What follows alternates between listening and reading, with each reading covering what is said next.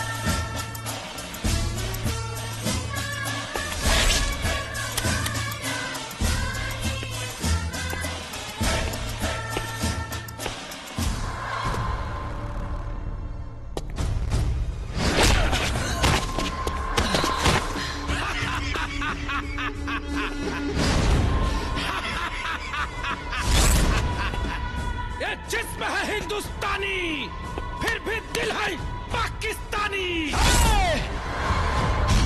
खातारी हिंदुस्तान के और गुंडावतारी पाकिस्तान के दोहा बुलल छोड़ दे, नाता ही हिंदुस्तानी से तोरा इसे भेड़िया के फाड़ के खा जाई।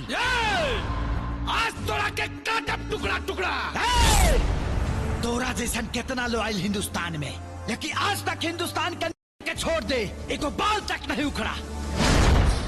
अगर हमार सरकार 24 घंटे का मोहलत दे दो ना, तो तोरा आस्थान के मैदान भरा दे और उनमें यूपी बिहार के लोगन के भेज दे झाड़ा फिरे खाती।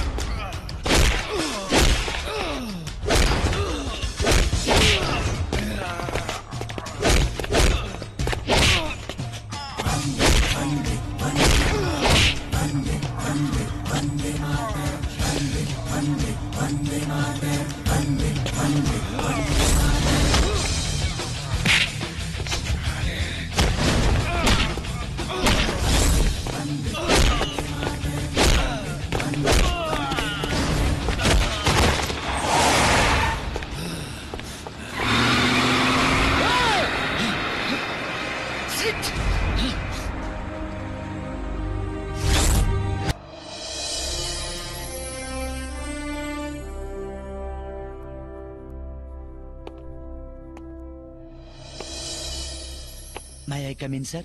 Yes, come in.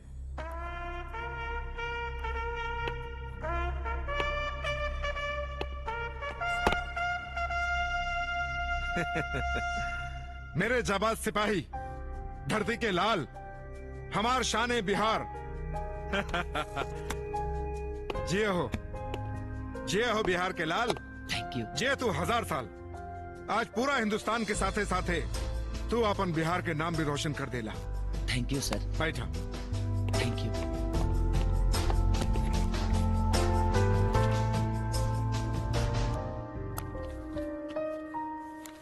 इला, ये है तोहार पूरा 30 दिन के छुट्टी के सैंक्शन लेटर। थैंक यू सर। खुश? खुशी तो होकबे करीने सर। ऐसे जे ड्यूटी ज्वाइन केला के बाद पहला छुट्टी है हमार, और हमरा से ज्यादा खुशी हमरा की जिंदगी देवे वाला, ए मुकाम तक पहुंचावे वाला हमरा बाबूजी के हुई। जब उनका पता चले कि हम कल गांव में आवत हनी। थैंक यू सर। हे राम सूरत काबिल चाचा। हैला मिठाई खा। मालूम बा आज हमार बेटा खेसारी आवता। हाँ हल्ला, तू मिठाई खा। मालूम बा आज हमार बेटा खेसारी आवा था। हाँ ला तू आज 2 गो लड्डू खा। आज हम बहुत खुश बानी। काहे खातिर हो? आज हमार बबुआ नु आवा था। हाँ पृथ्वी अपन बेटा के बहुते मानले। हाँ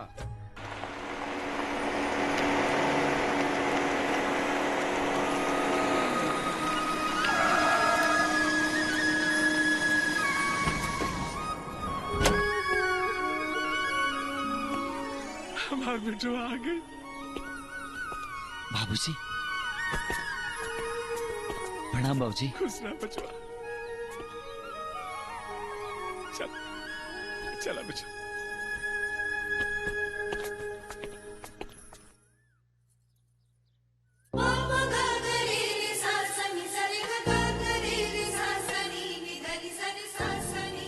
आम सूखले खाई।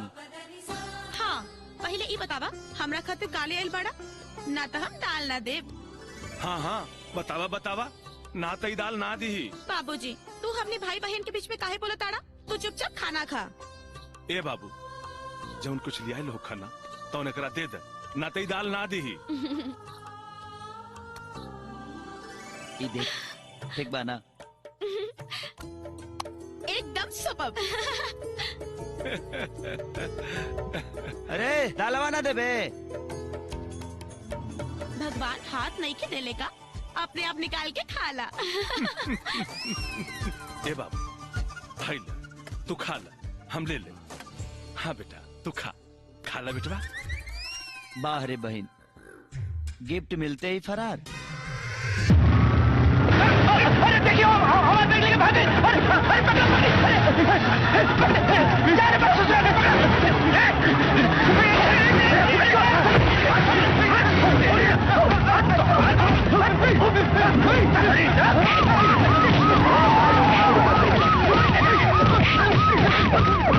एक मिनट ई शहर में कानून नाम के भी कोनो चीज बा।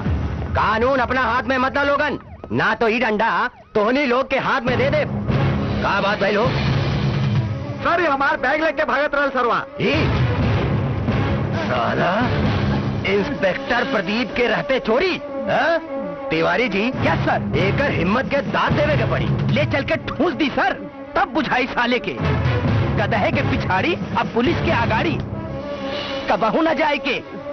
ले चली साले का थाना में। चल साला चल। अरे सर हमारे बैग हो मैं 50,000 रुपया बा। 50,000 होके चाहे 5 लाख आके थाना में ले ली है। चिंता मत कर कौनो हमरा बहन के दहेज नहीं खे घटल। हट चला थाने चला।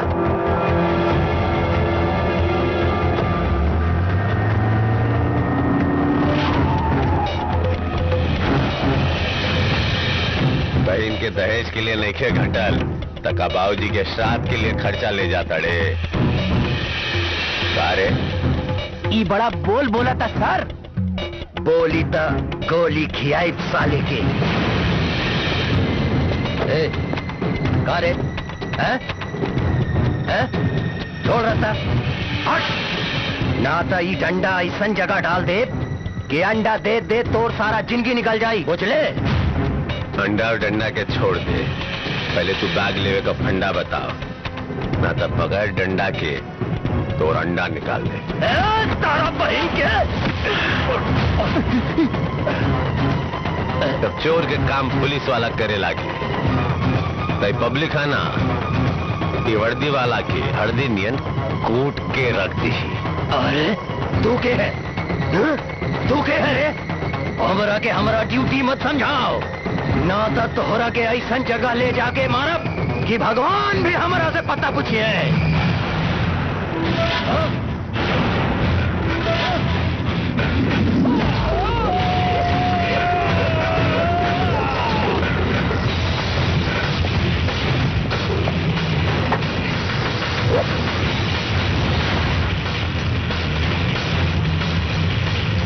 तू के हवा भाई? कानून जेकर ईमान था वर्दी से ईमानदारी जेकर फर्ज था हिंदुस्तान की जनता के रक्षक है भक्षक ना। इंस्पेक्टर कुंज बिहारी हमार नाम है।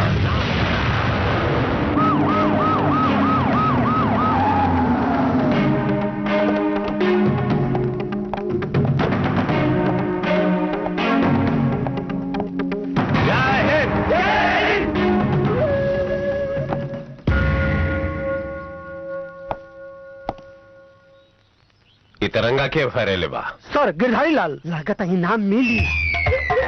गिरधारी लाल सर, जय हिंद। तारा के 7 दिन खातिर सस्पेंड करता। क्या है सर? तिरंगा 3 इंच नीचे फहरेले बाड़ा। जे आदमी राष्ट्र ध्वज के सम्मान ना कर सकेला, राष्ट्र होकर सम्मान ना करे। रूपचंद सर। कितना साल से ड्यूटी पे बाड़ा? 14 साल से। हाजीपुर के रेल से लेके बेउर जेल के सेल तक ड्यूटी करे बनी सर। अब घरे जाके आराम कर। काहे सर? तोरे पैंट का सेल खुलल बाटे। सॉरी सर। ले जा का करे आयल बाड़ा? ड्यूटी सर। ड्यूटी बुझा गई का कहे चाहता नहीं? बुझ गई सर। रोज भोरे जॉगिंग 8 किलोमीटर और डाइटिंग सर। मेहरारू के प्रेम में लगातार लुटा गई। सावधान, हमारे साथ काम करे के बाद तब कुछ खास बात का ख्याल रखे के पड़ी। हमने आम आदमी बानिसान और हमनी के आम आदमी से अलग करेला तू बाटे हमनी के वर्दी। और लोग आम आदमी से ना वर्दी से डरेला और हमनी के काम आदमी लोगन के डरावल ना है बल्कि उनका सुरक्षा कैल है। हमनी लोगन का काम ऐसे होके के चाहिए कि अपन इलाका के हर आदमी के ऐसे लगे के चाहिए कि उन लोगन का केहू सेवक बा जेकर सरकार हमनी लोगन के पैसा देवला, जेकरा की आप लोग तनख्वाह कहला। अगर हमनी के ईमानदार ड्यूटी से अपराध खत्म होता तो एक दिन इस देश से अपराध का नाम और निशान मिट जाए। हर रास्ता, हर गली, हर चौराहा पर आदमी बेखौफ होके घूमे के चाहिए। कोनो भी समय, वो रात हो कि भोर हो, लोगन के ही ना लागे के चाहिए कि पुलिस वाला बा, जनता के बल्कि ही लागे के चाहिए कि उन लोगन के हमदर्द बा। यह हमनी लोगन के काम बाटे। यह से बिहार पुलिस का नाम होई, यह से बिहार पुलिस के लोग जानी यह हमार काम बा, यह हमार मकसद। जय हिंद। समझ में लिखा और का हुई का ना हुई।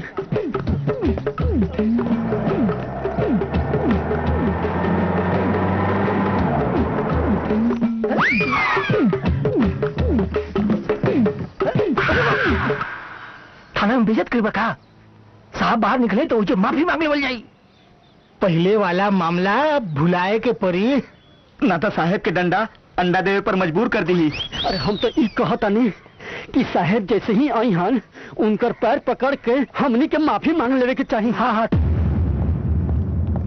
चलो साहब निकल। सर एक मिनट सर। हमनी तो यहाँ के सिस्टम के गुलाम बानी नो सर। जौन ऊपर से आदेश मिलेला उहे करे पड़ेला। अब रुआ आगे बनी और सब ठीक हो जाये सर। रुआ हमनी के एक बार मौका दे दी, हमनी के सारा कलंक मिटा के दिखा दे। माटी अपन रूप ना गढ़ेला, माटी के रूप गढ़े खातिर साचा के जरूरत पड़ेला। और वो साचा हमनी के पहला बार मिलल बा सर। पहला बार ऐसा लगा था कि हमनी के सरकार के साथे ना सरकार के आदमी के साथे काम करता नहीं। सर हमनी के माफ कर दी ना।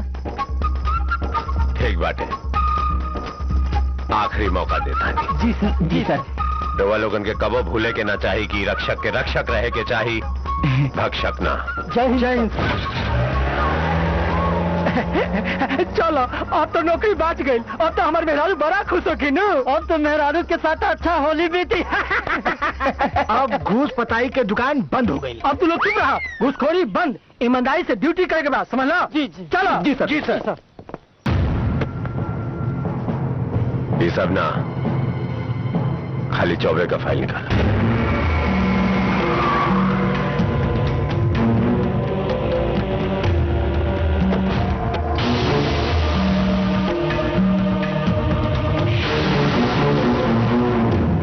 प्रणाम। काहे बुलौला?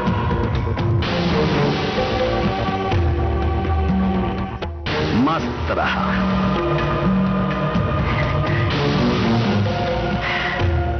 बात घुमा के करें कि सीधा? सीधा।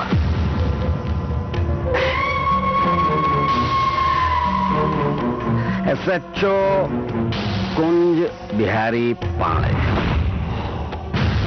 10 साल में 3 गो बेरा ट्रांसफर। वाह, कवच इतना कि देही से नहीं चड्ढी से पसीना टप टप चुएला। अच्छा बा, तोरा शहर से आवे में शांति बा लेकिन है भैया फर्क बा। हम तोरा बारे में सब कुछ जानीला, लेकिन तू कुछ नहीं खे जानेला, बुझला? धनेश्वर चौबे, उम्र 55 साल, शराब के अड्डा से लेके रंडी के अड्डा तक के दलाल। पैसा के ताकत इतना की कुल MP MLA जेबान। क्राइम बहुत कैला, लेकिन कोनो थाना में पंचनामा नहीं किया।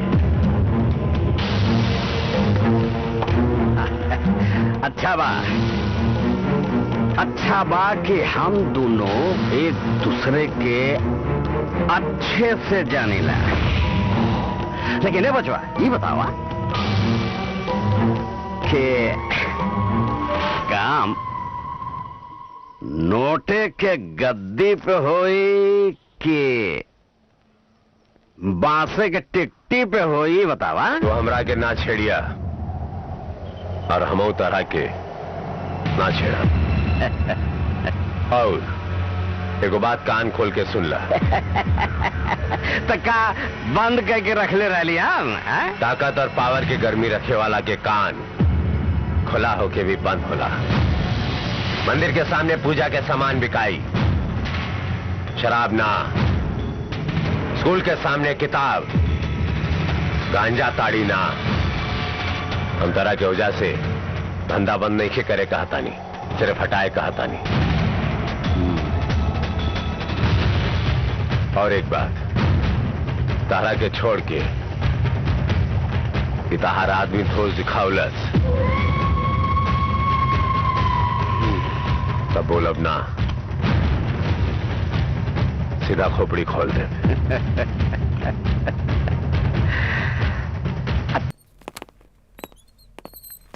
बैठा। और ठीक बा। अच्छा मुन्ना, इला तार 10,000। 10,000? अब पहले के? ये पहले ही क्या, अभी के 40 दिन बाद मिली। 40 दिन बाद? बड़ा बड़ा गुंडा पकड़ी हम, आ नाम होता रउआ लोग के। पैसा पैसा मिला था पाकिट मारा चोर पकड़े के। अरे कुछ पैसा वैसा बढ़ाई, आना तो अपना पेमेंट में से दी। हमरो कुछ खर्चा उर्चा बा। कौन खर्चा बता है? ना आगे नाथ ना पीछे पगा। और ये हमरा पेमेंट पे काहे नजर गड़ी ले बड़ा? एक बात सुन ला, तारा के बेसी पैसा कमाए के बाद कहीं और जा। ई कोनो पैसा कमाए के अड्डा ना, समझला? यहाँ पैसा भी इतने मिली और रिस्क भी ज्यादा बा। अपराधी के रूप में अगर तहर माई बाप भाई बहन या माशुका केहू भी सामने आई तो हथकड़ी लगावे के पड़ी, गोली भी मारे के पड़ सके। अगर ये जिम्मेदारी के एहसास तोरा बा तो ठीक, ना तो समाज और देश से बढ़ के हमनी खातिर कुछ ना होला। तू जा सकेला, जैसन तोहर मर्जी। हम कोनो पुलिस वाला थोड़े, ये सब तो पुलिस पे लागू होला नु। एक बार जेकर पुलिस डिपार्टमेंट से संबंध बन गई, ओकरा ऊपर कुल नियम लागू होला, बुझला? सब बुझ गई नहीं। बुझ गईला तो इला, ई मनोज है, मोस्ट वांटेड, शातिर अपराधी। एकरा के जल्दी से जल्दी पकड़े के बा। कैसे पकड़बा, का करबा, तू समझा। जा। ठीक बा। जय हिंद। पैसा पूरा ले आयल बनी ना? मल्होत्रा जी पैसा पूरा ले आयल बनी, गिन ली। अरे अरे विधायक साहब गिने के तो कोनो बातें नहीं खे ईमानो कोई चीज हो खेला। हाँ। एक धारी आजकल सूटकेस में पैसा लियावल बहुत मुश्किल हो गईल बा। एसपी चौधरी के प्रेशर बहुते बढ़ गईल बा। इतना पैसा देले के बादो कोनो काम बराबर नहीं होता। रउआ कुछ उपाय करी। अच्छा चाय पियल जा आप लोग।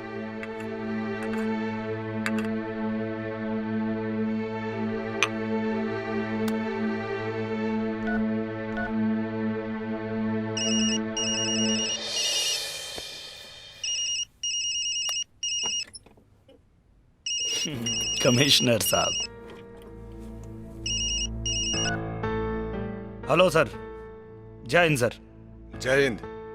क्या बात है चौधरी साहब, पब्लिक की इतनी शिकायत आ रही है, हमारी पुलिस वो जो है सही ढंग से काम क्यों नहीं कर रही है? ऊपर से मुझ पर इतना प्रेशर है, ये क्या हो रहा है? प्रेशर हम सब के ऊपर है सर, पूरी पुलिस डिपार्टमेंट के ऊपर प्रेशर है। हाँ मुझे लगता है सर कि अगर हम लोग अपनी अपनी जिम्मेदारी समझें और अपनी अपनी ड्यूटी करें तो कोई शिकायत नहीं करेगा। मिस्टर चौधरी अब तुम मुझे मेरा काम सिखाओगे? अरे नहीं सर, बस एक सलाह है सर। और हाँ सर, वो लोग प्रेशर देना जानते हैं सर, लेना नहीं जानते, नहीं तो ये नौबत ही नहीं आती। आप चिंता न करें सर, हम वादा करते हैं मंत्री ईश्वर पांडे का कातिल कोई भी हो पकड़ा जाएगा। ओके। जय हिंद सर। साला चोर का। आज हमरा के अपन बेटा सन बहुत याद आवता। अगर वो दोनों रहतन तो हमने के घर भी हरा भरा रही, लेकिन भगवान हमने से दोनों को छीन लेलन। जब से मनोज आयल बा तब बुझा था कि वो हमने के बुढ़ापे के लाठी बनी, लेकिन ओकरो भी मती मरा गई। रो मत शारदा, रो मत, चुप हो जा। हम बनी हो सकेला भगवान हमनी के दुख बुढ़ापा में कम करे। रो मत। रोक रे।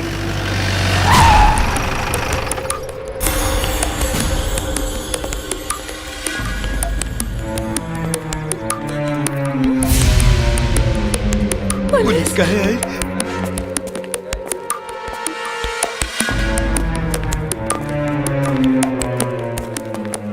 शारदा नमस्ते। नमस्ते। ए बुढ़ऊ जी। तुहारू मुंह बोला बेटा, मनोजवा कहाँ बा? वो तो जेल में बा। हाँ। अरे उस साला जेल से भाग गईल बा, कहाँ बा? जेल से भाग गईल बा, हमने के नहीं मालूम। ऐसे ना बताइबे ते।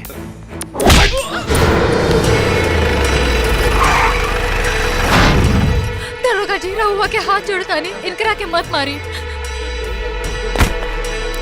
कहाँ बा मनोजवा बताओ। ए इंस्पेक्टर, तू जी पूछताछ करे आइल बड़ा कि मारपीट करे? ए कौन है ते? चल भाग यहाँ से, तोरा से बाद में बात करब। ए बुढ़िया ए बताओ रे। इंस्पेक्टर, ई तरह माँ जैसन बाड़ी, अब माई से ई तरह से बात ना कल जला। ये हमरे माई जैसन बिया? अरे हमार माई तो घरे बिया, घरे। अरे ये तो धंधा करे वाली लागतिया।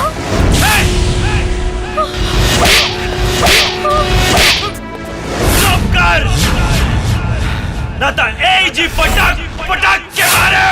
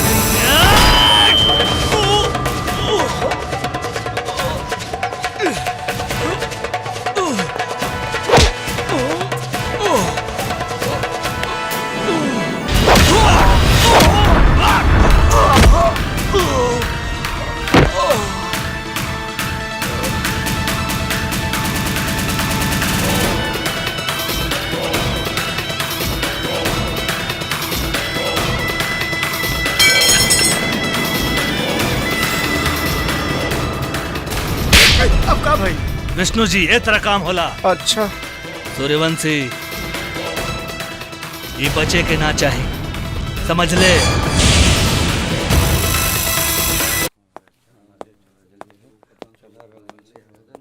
जैन साहब। साहब अरे गुर्रा के मत देखी साहब, हम रोवे डिपार्टमेंट के आदमी बनी। हमरे गला में कुत्ता के पट्टा पहना देले, साले हमरा पे हाथ उठौले, तोरे लाश के नमक में डाल के कलाते। अरे खिसियाई मत साहब, रात भर मरले बनी हम रखे। एसपी साहब के फोन लगाई, वो चिनेला नाम रखे। मुख्यमंत्री ना चिनेला तो रखे। अरे नीका चुप। काजल ए केकरा से मिलक बा? इनका खातिर खाना लेके आइल बानी। अच्छा भाई लागेलू, एसपी साहब के फोन लगाओ। नंबर है 9820071521।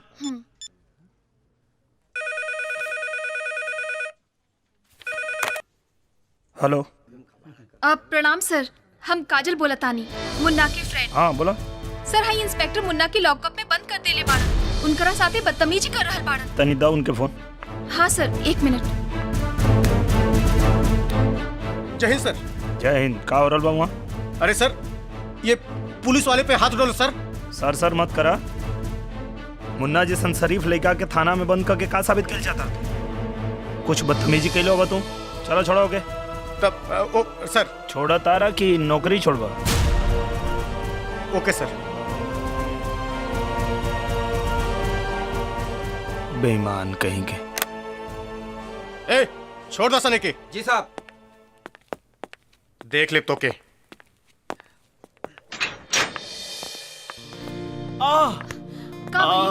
बहुत मरले बड़न सन। बहुत दुखाता। संभाल के चला। भैया एसपी चौधरी पूरे शहर में नाकाबंदी इतना टाइट कर दिले बा, कितना आदमी अपन पकड़ा गइलन। अब समझी में ना आवत मनोजवा के कैसे पकड़ल जाए। तनी एसपी चौधरी के फोन लगाओ। जी भैया जी। लगाओ जल्दी। लगाओ तनी भैया। घंटी जाता। हेलो। के बोला था? एसपी चौधरी बोला था रे। के बोला था? तमीज से बात कर, शायद तोके पता नहीं है तू केकरा से बात करता रे। तू नेखस जानत कि तू केकरा से बात करता रे। एसपी हम पिंटू बोला तने। पिंटू चिल्लिस तार भलाई यही में बा कि हमरा काम के बीच से अलग हो जाओ, ना तो तू और तोर परिवार के उड़ा दिहल जाई, समझ ले। चीन गए बिना बाप के औलाद। अब एक बात हमार सुन, जितना जल्दी होके ये शहर से अपन बोरिया बिस्तर बांध ले, काहे कि तोर मौत अब पक्का बा। हमारे को बात सुन। चुप चुप। अभी हमार बात खत्म नहीं के भाई। एसपी वीरेंद्र प्रताप सिंह के केस में कोनो गिरफ्तारी ना हो, न कोर्ट न कचहरी, सीधा रिहाई, जिंदगी से रिहाई। वीरेंद्र प्रताप सिंह तोर बाप।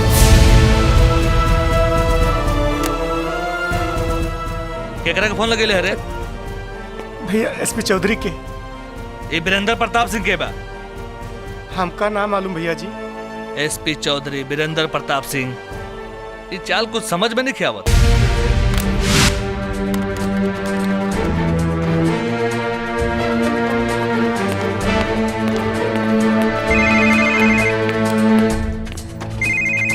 तू काजल के ले आवा, हम एजी बानी। ठीक बा, लेके आओ तनी। हेलो। हाँ मुन्ना। नमस्ते सर। तू ठीक तो बाड़ा ना?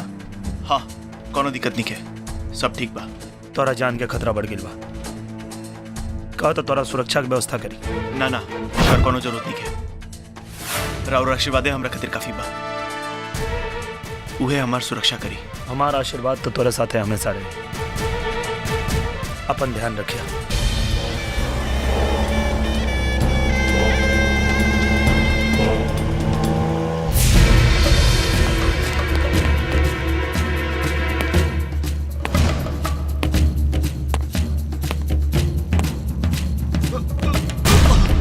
अरे मनोज, ये कैसे हो गई मनोज? के लगा सब? काजल कहाँ गई?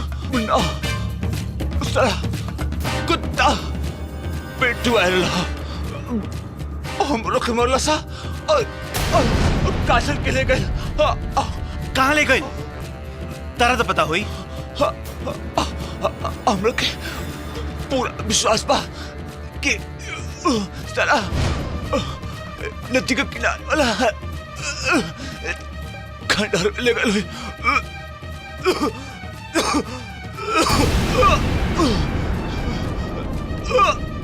अब खेलता खत्म हो गई दोस्त आज से काजल का तोहरा सौ पता नहीं जाओ काजल की बचाना दोस्त काजल की बचाना मनोज मनोज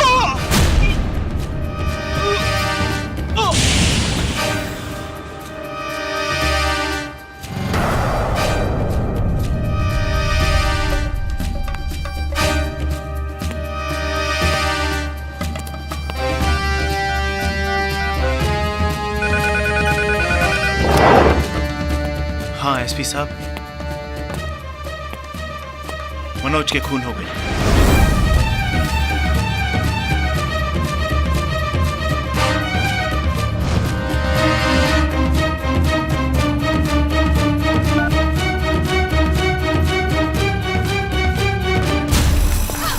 कहने बारे मुन्ना बोल बताओ कहने बा मुन्ना साला कुत्ता तू हमारे भाई के मार दे ले ना बताई कब ना बताई ना बते तू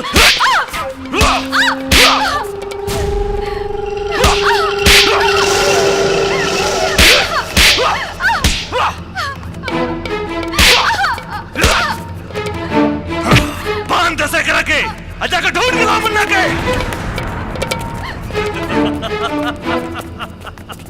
कारे बुढ़िया तोरा तो पता है मुनवा कहाँ बा कहने बा तोरा तो पता है कहने बा अभी मत मार शारदा के अच्छा इतना प्यार तब मुनवा कहने बा काहे निखस बतावा तू हाँ बताओ मुनवा कहने बा ए शराबी तोरा तो पता होई कि मुनवा कहने बा बताओ मुनवा कहने बा नहीं मालूम बतेबे कि ना बतेबे बताओ नहीं मालूम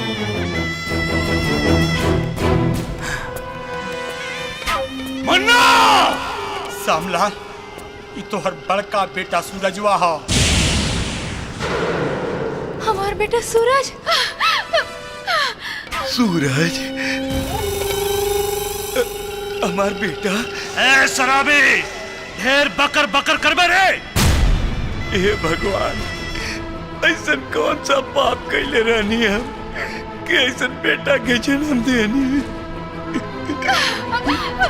भगवान पूरा जिंदगी हम तोहर सेवा खेली और ऐसा बेटा से हमरा के मिलवा दिला देखा शारदा का भगवान जिनकी बार तो और सेवा कईनी अब मिलाई बकैला तो हमने के बेटा के ऐसा रूप में ऐसा बेटा से तो हमने के निर्वंश रहती जा अरे नौटंकी बंद करबे कि ना तोने सब ये बाप बेटा के नाटक बंद कर साला कुत्ता मत मार उन करा के छोड़ दो हमरा चाची चाचा के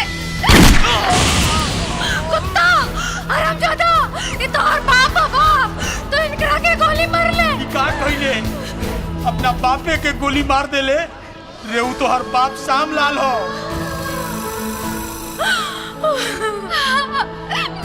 अब तो हर मतारी शारदा है अरे बाप मतारी के लोग पूजा करेला तू राक्षस होस राक्षस जब मरे के टाइम आ गई तब बाप बेटा के रिश्ता के दुहाई देवत रसन चुप मुन्ना तोरा के आवे के पड़ी तोरा के आवे के पड़ी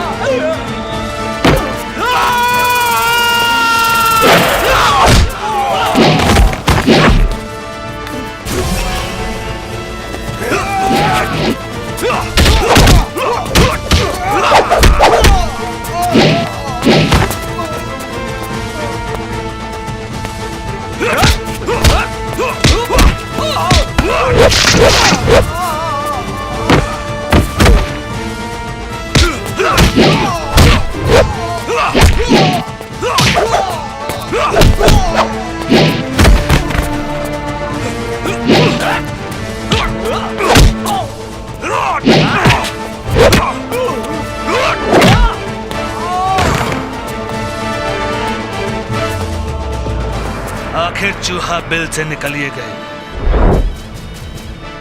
देख ई मर्दानगी। ई गरीब लाचार लोग पे अत्याचार करके ते अपने आप के मर्द समझता रहीस। जब असली मर्द से टकराइबे तोरा मर्दानगी के एहसास खत्म हो जाई। औकरे साथे तोर बुनियाद भी।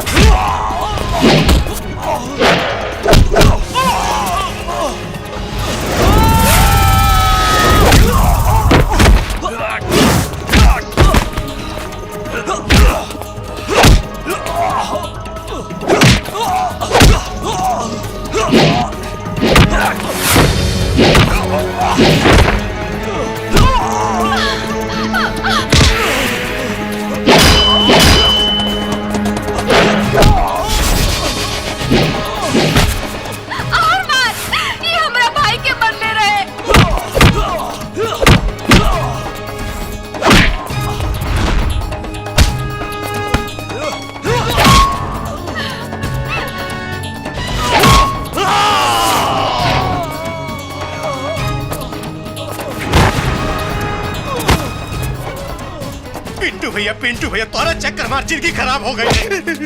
भैया हमरा के माफ कर दे भैया, हमरा के ना मारी। तू का एकरा चक्कर में भी हमार गौना ना भइल। चल रस्सी खोल। मुन्ना मुन्ना चाची जल्दी चाची चला। आ गई मुन्ना, देखो ये हमरा पाप के प्रायश्चित हो।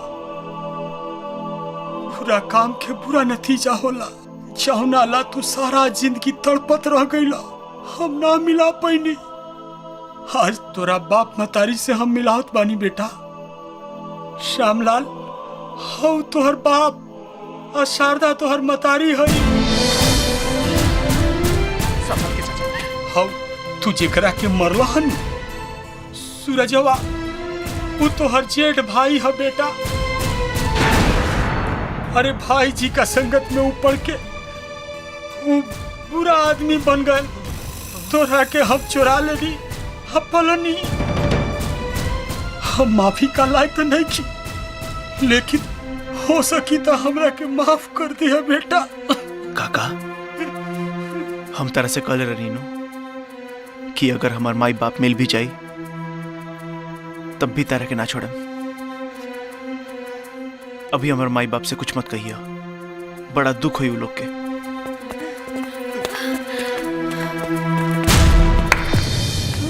काका ये लोग के अस्पताल ले जा। हाँ बाबू।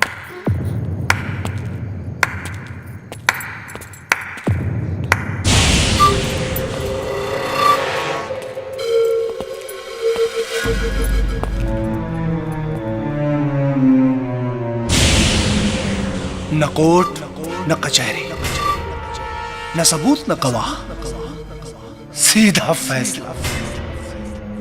एकरा के कहल जाला राजनीति। समझ में आइल मुन्ना बाबू? पिंटू भैया के कत्ल के इल्जाम में अब तू जइबा जेल। सारा व्यवस्था हो चुकल बा। हाँ, जेल गईला से पहले तोरा के एक बात बता दी। तोरा के का लगल ए राज्य के गृह मंत्री और हमारा बड़ भाई ईश्वर चंद पांडे के क्या मत? पिंटू भैया? पिंटू भैया ना,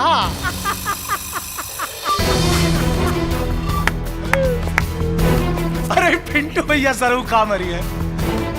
अपना भाई के मरनी हम राजेंद्र पाड़े हम बने राजेंद्र राज्य के मुख्यमंत्री। प्रणाम भैया। काहे की राजनीति में कौनो रिश्ता ना होला, न बाप न मतारी न भाई न बहन, सिर्फ एक रिश्ता होला बस, कुर्सी से, सिर्फ कुर्सी। और कुर्सी खातिर राजेंद्र पाड़े कुछ भी कर सकेला, कुछ भी। है दरोगा, गिरफ्तार कर साला के। ए मुन्नवा, बहुत हो गई अब तोर तमाशा। You are under arrest.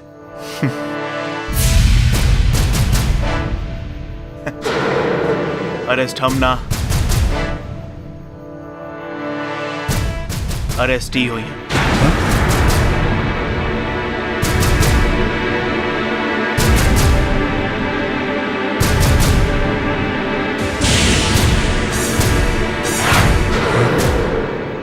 SP Virendra Pratap Singh. जय हिंद सर।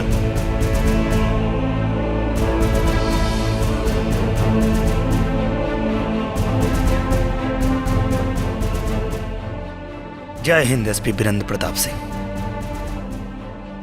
तोरा के ही रूप में देखे के चाहत रही हम। आज हमार सपना साकार हो गई। तोरा के रूप में देख के हमार छाती गौरव से चौड़ा हो गई। बैठा।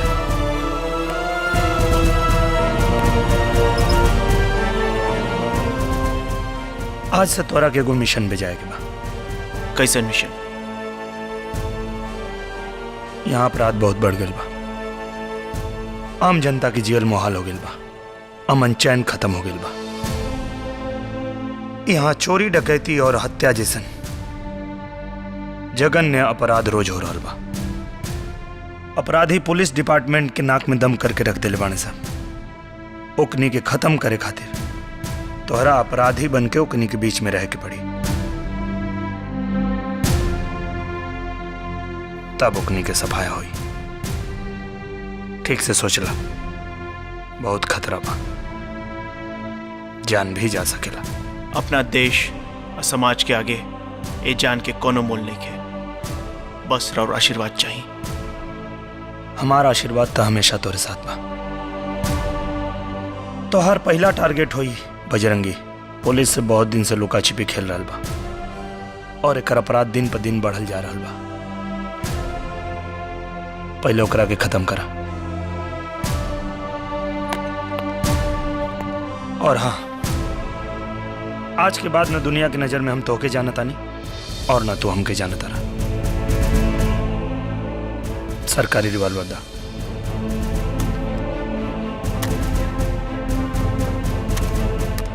इला, जरूरत पड़ला पे चलैया। जय हिंद सर। जय हिंद।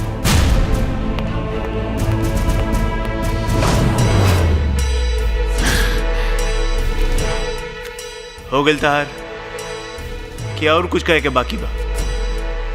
एगो चीज तू कहे के भुला गेला। तारा ऐसा लोग के एक चीज से रिश्ता हो रही होला, मौत से।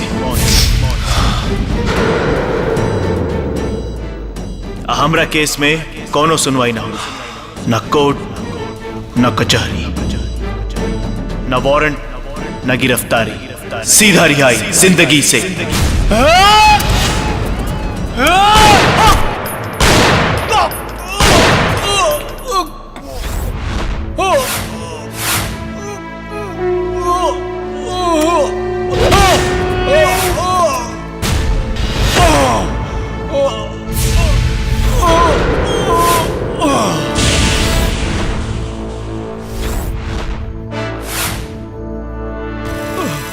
अरे मुन्ना, हम तो तोहर भाई है ना।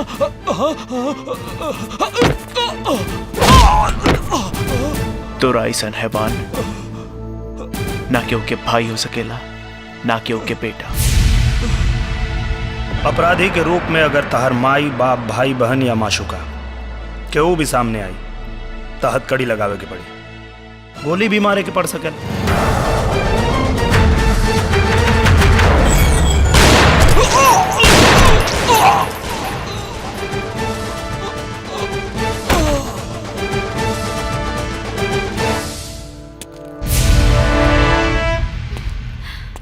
मुन्ना, हम तो समझत रहनी कि तू लुच्चा लफंगा आवारा हवा और कमीशन खातिर पुलिस के काम करेला, लेकिन तू एसपी। Okay by. जय हिंद सर। जय हिंद। सर हम सुनिए अचानक राव ट्रांसफर हो गई। अरे ट्रांसफर भइल ना, ट्रांसफर करौनी है। और अचानक का ये सब तो सरकारी नौकरी में लागल रहेला। हमार काम अब यहाँ खत्म हो गए, अब तू संभाला यहाँ के जिम्मेदारी। जी सर। सर ये हमार माई बाबूजी हलो। प्रणाम। हमरा के माफ कर देव लोग, काहे के जुर्म के मिटावे में आपके बड़ बेटा की जान चल गई। गलत आदमी के अंजाम तो गलत होला ना। पहले भी हमनी को दुगो बेटा रहे और आज भी दुगो बेटा बा। तू हमनी के बड़ बेटा से कम बड़ा का। तब हमरा के आशीर्वाद दे। खुश रहा। जीत रहा। प्रणाम। सर ये हमार सुलह वाली। अच्छा तो ये हमरा से घूंघट काहे करत रही? भसुर के सामने ए तरह जाइल जाला का? हाँ यो बात सही बा। अच्छा तो तू यहाँ के 4 संभाला और अब हम 5 गिन देता नहीं।